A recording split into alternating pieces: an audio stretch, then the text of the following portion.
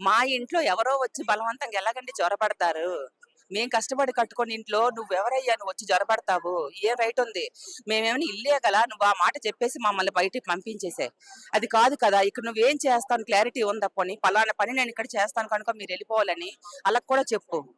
ఏ clarity లేదు. ఏమీ లేదు. మీరెళ్ళిపోండి ఇక్కడి నుంచి. మీకు కాంపెన్సేషన్ ఇచ్చేస్తాను. ఏమైనా అర్థం ఉందా? మాకైతే అర్థం కావట్లేదు. వీళ్ళ ఆలోచనలు ఎలాగున్నాయో, వీళ్ళేం చేస్తారో ఏం అర్థం కావట్లేదు. ఈ అపార్ట్‌మెంట్ లాగేసుకుంటారు. తర్వాత మొత్తం మర్చిపోతారు జనాలందరును. ఈ 2 ఇయర్స్ ఈజీగా గడిచిపోద్ది. ఏదైనా చేసుకోవచ్చు. వీళ్ళ వీళ్ళదైతే అదేనండి. వీళ్ళ ఒపీనియన్ అదే. గవర్నమెంట్ రేవంత్ రెడ్డి గారికి ఒకటే చెప్తున్నాను. దయచేసి మమ్మల్ని ఇబ్బంది పెట్టి ఇక్కడి నుంచి మమ్మల్ని పంపించొద్దండి. మేము బాగా ఎమోషనల్‌గా కనెక్ట్ అయ్యి ఉన్నాం ఈ ప్లేస్‌కి. దయచేసి మమ్మల్ని పంపించొద్దండి. ఈ వార్త వచ్చినప్పటి నుంచి కంటికి మాకెవ్వరికీ నిద్ర లేదు. టైంకి మేము తినట్లేదు. చాలా బాధపడుతున్నాం.